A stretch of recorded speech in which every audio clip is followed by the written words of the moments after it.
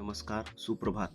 विद्यार्थी मित्रांनो, नोकरीची बातमी या आपल्या यूट्यूब चॅनलमध्ये आपल्या सर्वांचं सहर्ष स्वागत करतो. तर पोलीस कॉन्स्टेबल GD याबाबत एक इम्पॉर्टंट अपडेट आलेली आहे. त्याबाबत आपण पाहूया की the commission intends to conduct the following examination as per the schedule given below.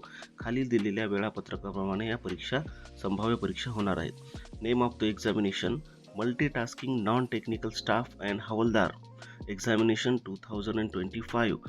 या पदाची जी परीक्षा आहे कमिन्समेंट एक्झामिनेशन डेट आहे 4 फेब्रुवारी 2026 अँड ऑनवर्ड्स. 4 फेब्रुवारीच्या नंतर पुढे 4 फेब्रुवारीपासून पुढे या परीक्षा घेतल्या जातील.